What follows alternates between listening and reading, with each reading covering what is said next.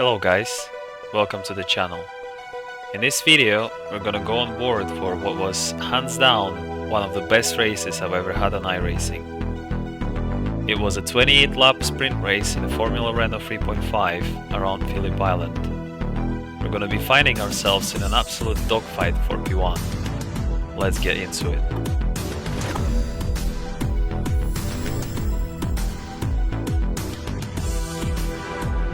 So we're finding ourselves in a second position. Didn't quite get the qualifying lap that I wanted. Ended up 4th, 10th behind Dave Gill.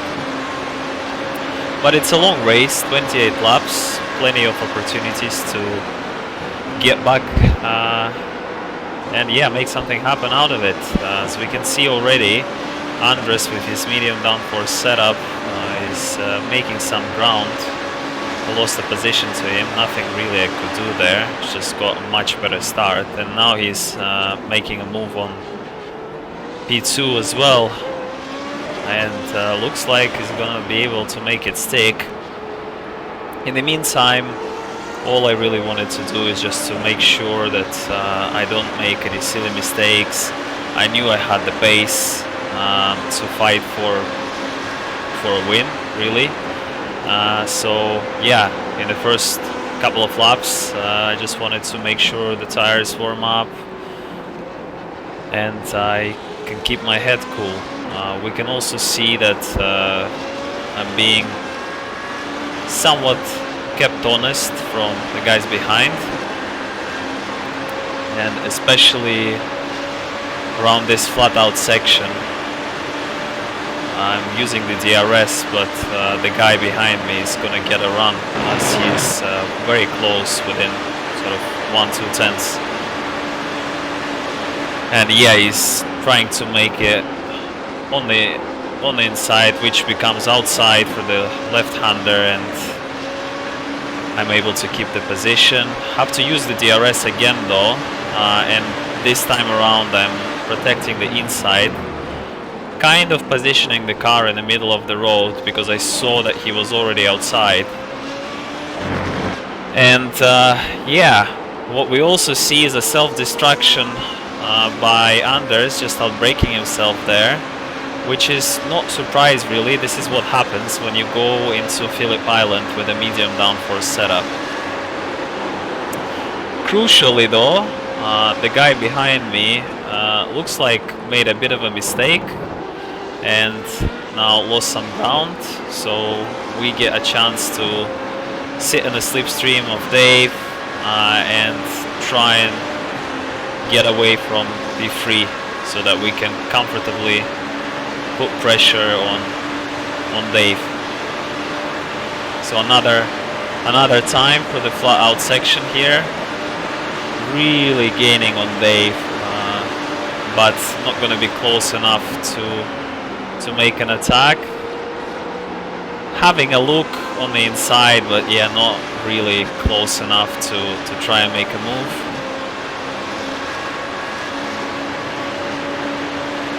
Gonna just keep in his draft, keep him honest, try to get closer for an attack next lap, and a big lunge from P3 there, but yeah, it's not really close to make the move stick, and lost a lot of ground actually from making such a big lunge. It looks like he lost a lot of time in the chicane and is already over a second behind. So we live to fight another day, and are able to close to Dave once again within half a second, starting this flat out section. Using the DRS, so this time around we're definitely gonna have a run. Gonna try and go on the outside, which actually is the inside for this right-hander, but then becomes the outside for the mid-speed left-hander here. But I'm already fully ahead, so I can just take my normal racing line and try and get away and not let Dave yeah, sneak up on the inside for next corner. And at this point, I take the lead. I'm clear. There isn't really any overtaking opportunities within this sort of twisty section around here on the track. It's very narrow, and you lose a lot of speed when following someone. It's really quite tricky to follow. So all I have to do is just to, yeah, keep my cool, keep my head down, and not make any mistakes whatsoever. But the cool point about this track is that if you're around half a second behind before this flat out section, you can get a run. You can get a run because you go full throttle without lifting for such a long time, and if you use the RS and with draft, you can just make up so much ground. We're not gonna see it this lap, but we're gonna see it later in the race with both myself and Dave having a bit of a battle. So far things are looking quite steady. Dave is half a second behind, so I'm trying to, yeah, keep it clean and just do my best really at lapping as fast as I can to try and lose Dave's draft, because if you manage to lose the draft, then you're clear really, but it is really difficult, because if the person behind you is within 1 second coming to this flat out section, they're gonna get a run or they're gonna close up to you, and you have to do it all over again. So for the 5th time now around this start finish straightaway, and we can see the delta with Dave is just diminishing, and Dave is just has so much speed on me and is able to keep it on the outside really nicely there.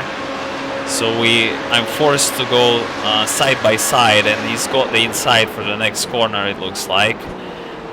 So this point is really crucial to leave him enough space, and it even looks like I've left him too much space. But this is only lap 6, so we've got plenty of laps to go and plenty of opportunities to take the position back.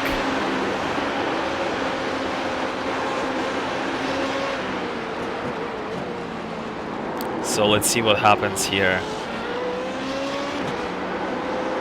Goes a little bit wide and gives me a run for the flat out section. I go full throttle.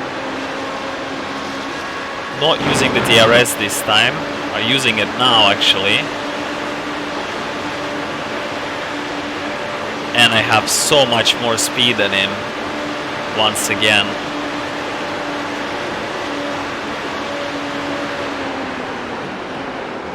But he still is able to keep it on the outside. I think his 6th gear, his setup was set differently, because he must have had higher top end speed than I did, and basically because of that I'm not able to fully overtake him on that straightaway.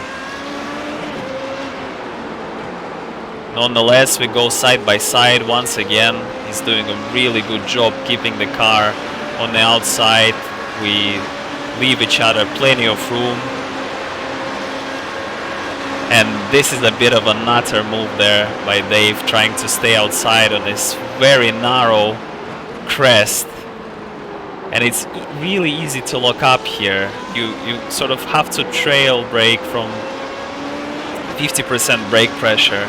If you go beyond 50-60% brake pressure, as you're coming down from the hill, your fronts just tend to lock up.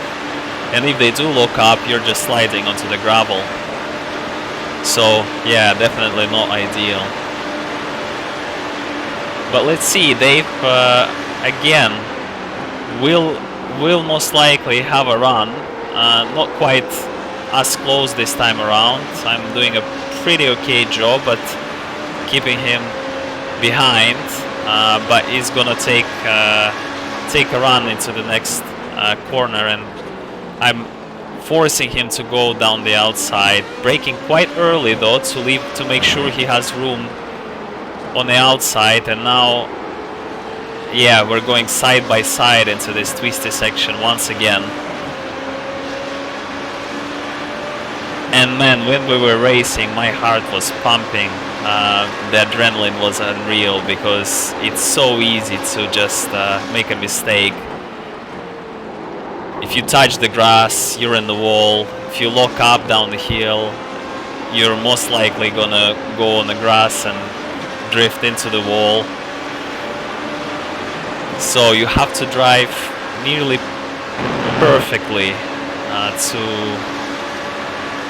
to not let that happen, really. And yeah, once again, for the 8th time, going for the start-finish straight away. And once again, Dave is closing in and even overtaking me. I'm not close enough to challenge him here. He's got way more speed. So now I've got to do the work. Let's see if we're gonna... He leaves us the inside here, which is quite nice of him, actually. But I'm not close enough to go side by side and challenge him. So I'm gonna have to settle for keeping behind.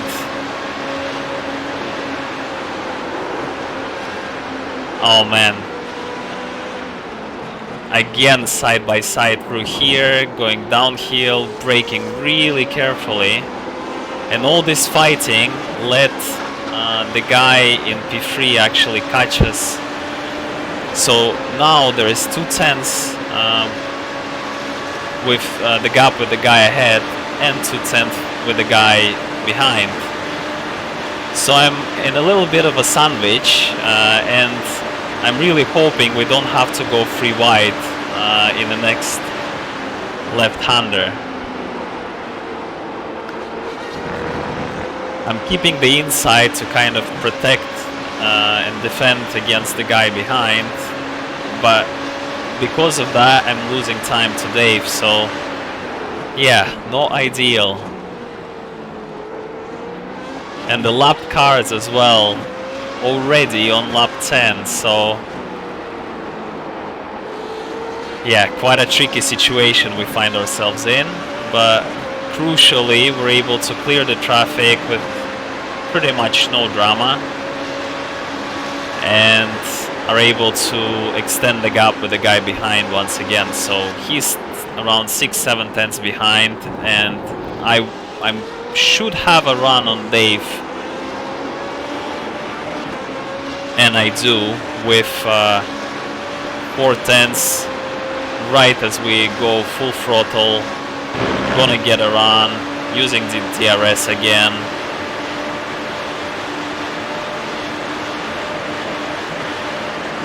.270 kph, 271 by the end of the straight, and Dave forces me to go on the outside, and I gotta tell you, it's not easy to keep the car on the outside there, because yeah, it tends to drift wide, and if you catch the gravel with your rear wheels, you're gonna be long gone.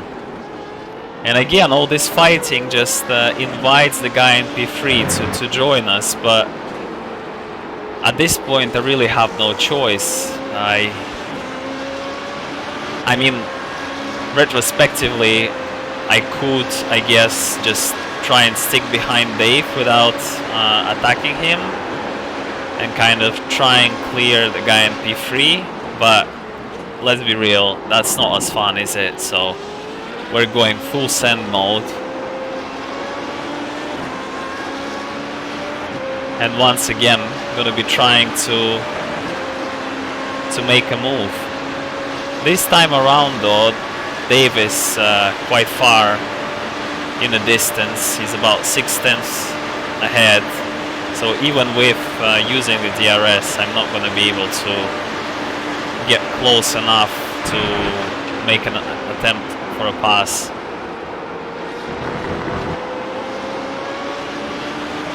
Saying this is only lap 12 out of 28, so again, plenty of time, no need to panic yet, no need to rush. The last thing you're gonna want to do is to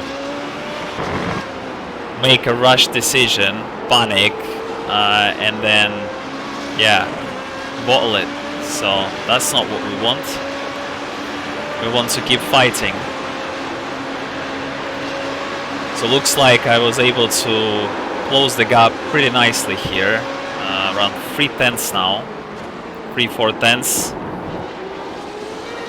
So that means we're gonna have a great run, and Dave makes a mistake in the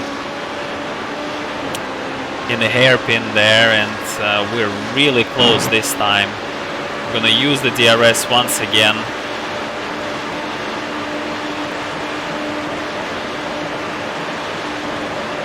And let's see. But Dave uses the DRS as well, and that kind of completely kills off my attempt to make a pass there. So yeah, not much I can do really. Forced him to use the DRS, but I use the DRS myself, so probably not very smart. But yeah, the main thing for me was that my setup really restricted the overtaking possibilities, because it just didn't have the top end speed that I needed. Probably should have run lower wing, which would give me a few more kph towards the start finish line, and possibly allow me to be a bit more aggressive into the turn 2, which is the mid-speed left-hander.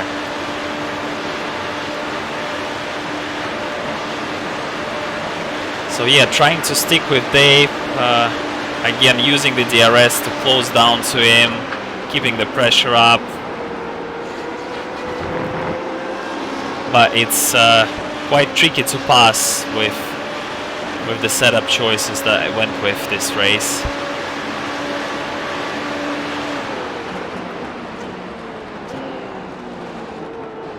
Getting really close into this turn here, able to step on the throttle quite aggressively.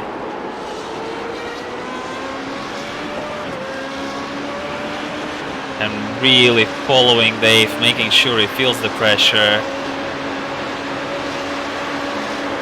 feels my presence in the mirrors, and makes a mistake perhaps.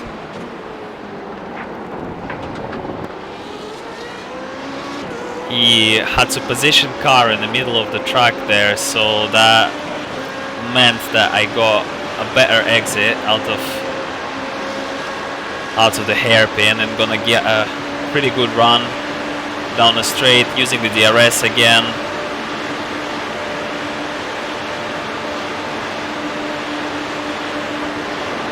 And have enough of a momentum to completely pass Dave.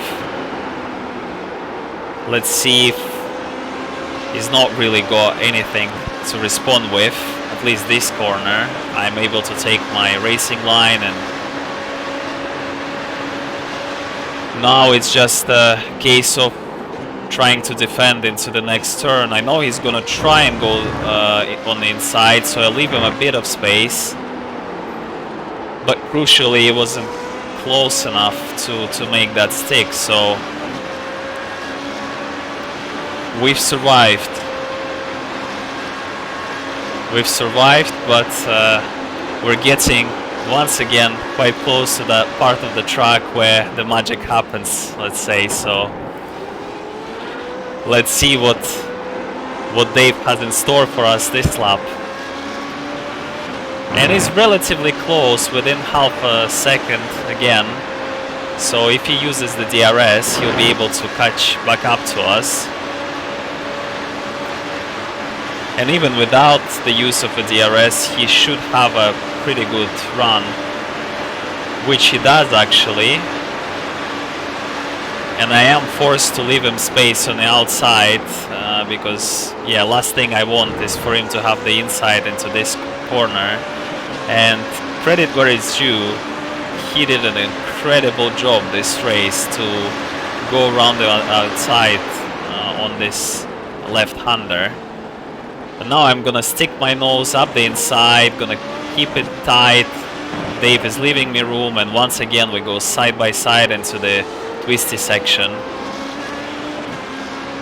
Not really that close though this time around. I wasn't able to keep the momentum up, but still very close. And if I don't make a mistake on the next braking zone, I should have a run again into turn 1. So let's see, we're within 4/10. I'm hesitating to put the power down there because it's so easy to just press the throttle a little bit quicker and the rears just give up and you spin. So that's obviously the last thing that I want, but yeah, able to close up to Dave once again, going on the inside but not quite close enough to make that stick. Again, lacking a little bit of straight line speed with the setup choices. Gonna go and try on the inside here. The lapped car is nearly destroying both of us there, trying to come back on track. Luckily, it looks like he did see us, so didn't come on track completely unexpectedly, but yeah, still makes you wonder, what if he's just gonna jolt just in the middle of the track, as I'm sure it happens to all of us sometimes. So once again, lap 17.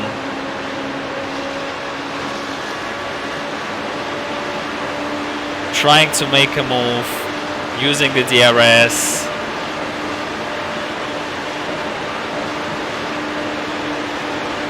But not able to catch him. Not able to catch him because he's obviously also using the DRS, and with the setup differences, I'm just don't have the top end speed. Nonetheless, it's not all over yet. There is still 10 laps to go. And we do have the pace, and we are keeping Dave honest, so if he does make a mistake, we'll be right there to pick him up.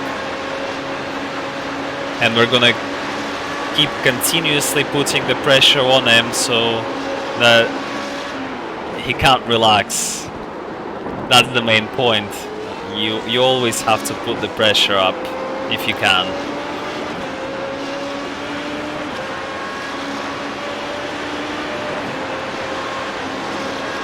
What's quite interesting about this race is that it is lap 18, about to turn lap 19 now, and it's still the three of us battling it out.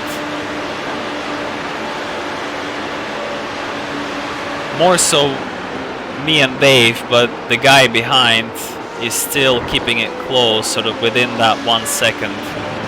And a lot of the time, as soon as we're starting to fight for P1 up the front, the guy behind is able to catch us, so he's still a force to be reckoned with in this race.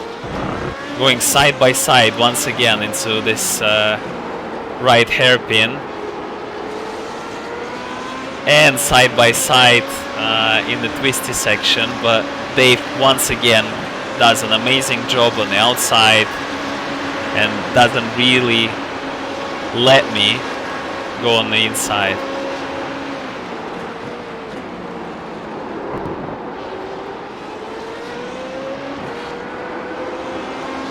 But it looks like so we can clearly see sort of the strong points for me and Dave.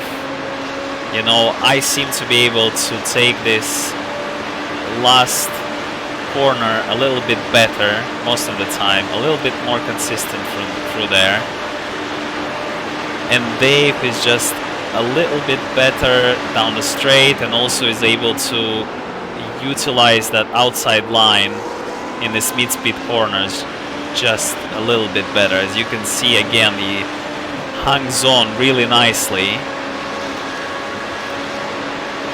and I can't really overtake him around this straight because of course he's got the inside line inside this for this next corner, and it looks like I made a little bit of a mistake there. Nothing major, but lost some time and find myself once again behind Dave in this narrow section of a track where you can't really overtake. So have to lift here,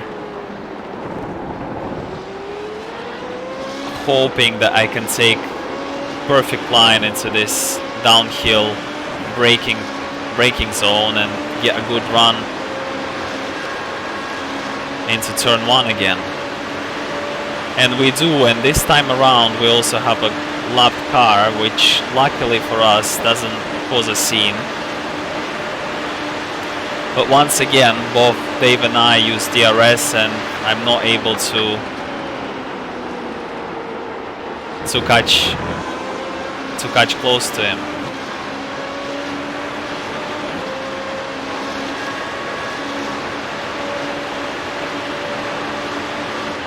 So let's see what happens. Nothing happens really, because we're not close enough, and that's the main point. Lap 21, so I'm getting out of laps now. Have to come up with something, because it seems like so far Dave has an answer for every attempt to make a pass that I made. So yeah, maybe it is about waiting out for a mistake.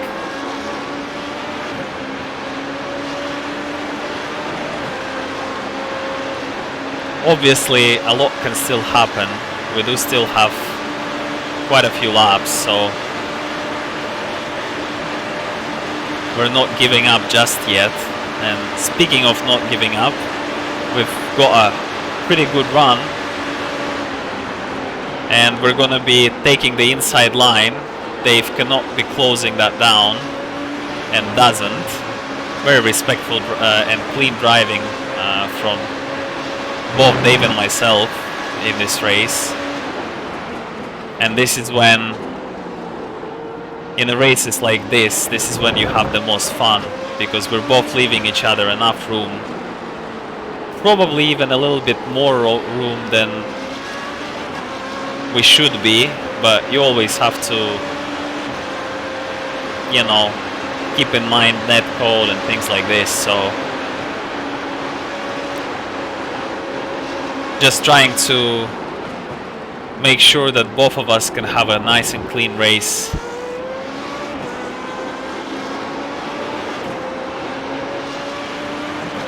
Again, lap car in our way,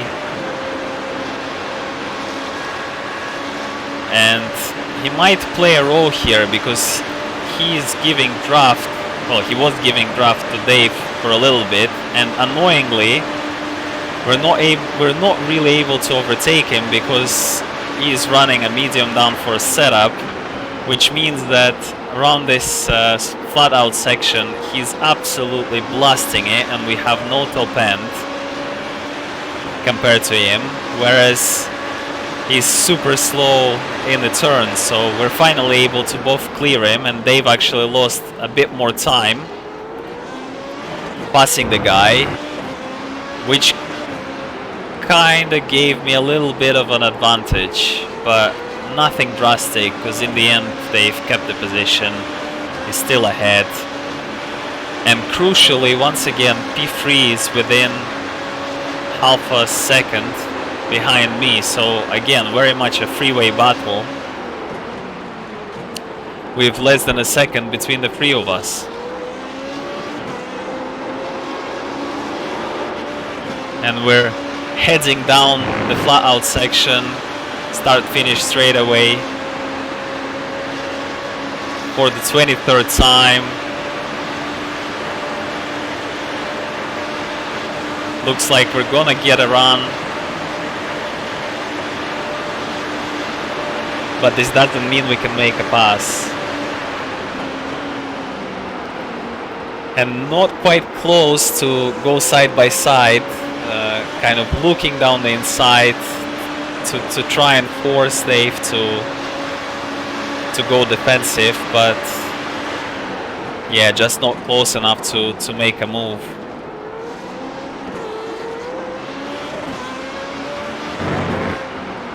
So gonna be waiting for that flat out section once again.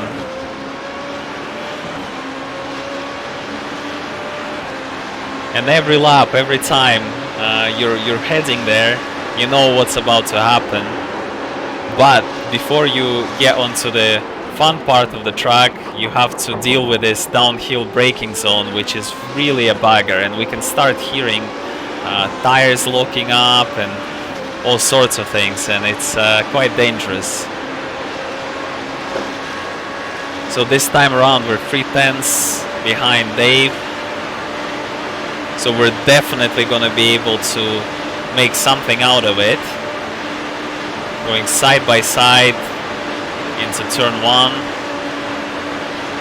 and crucially gonna have the inside line once again into turn 2, leaving Dave plenty of room, keeping it tight, half a car length ahead.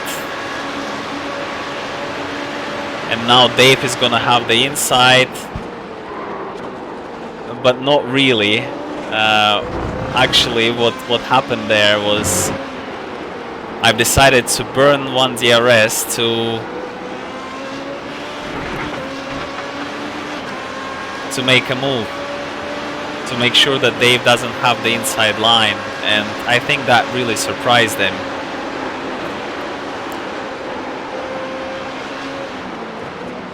And actually it also looks like that he made a bit of a mistake and lost some ground in that twisty section, and now 5-6 tenths behind me, which means he's not gonna get the run, especially with me getting the draft from a lap car here. And the lap car is doing a good job, just letting me by, no drama. Not racing when it doesn't need to.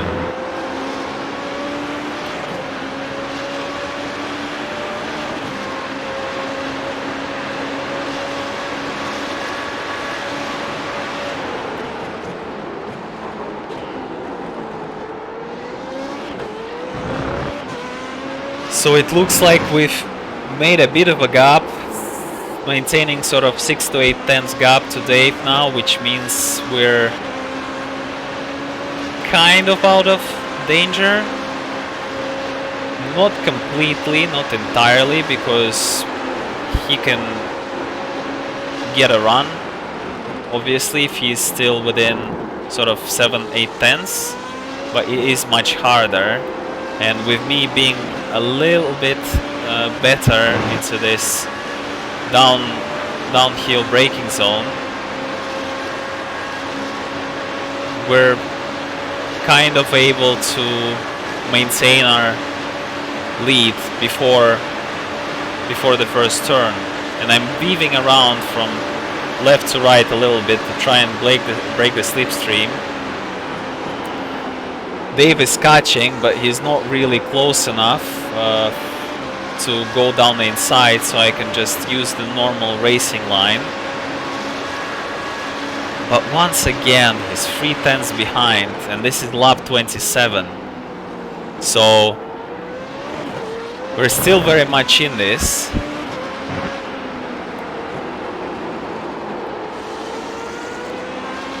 In fact, if he can maintain 3-4 tenths gap into the straightaway section, he can probably make a pass into turn 1 and turn 2, or at least challenge me for the lead, that's for sure. And crucially, we've got another lapped car right ahead of us. But this time Dave had dropped down to 9/10, so he's not really gonna have a run. And more importantly, I'm also getting a bit of a slipstream from the lap car ahead, so I'm able to maintain the lead, but it was a little bit sketchy with the lap cars sort of blocking me a little bit. Sometimes it's quite hard to predict which way they're gonna go. And we've got almost a second lead, and it's the last lap of the race, so at this point in time we just have to make sure that we don't make a major mistake and don't let Dave close up to us before the last straightaway. And now what it looks like, Dave lost it somewhere and we're completely out of danger, assuming we can keep it clean until the checkered flag. For the lap's time then, on the start-finish straightaway, putting the throttle down, being very careful with it, and seeing the checkered flag.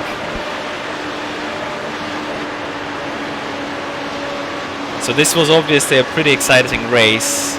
It happened a couple of seasons ago, and I finally decided to make a video about it, so I hope you guys enjoyed it, and see you next time.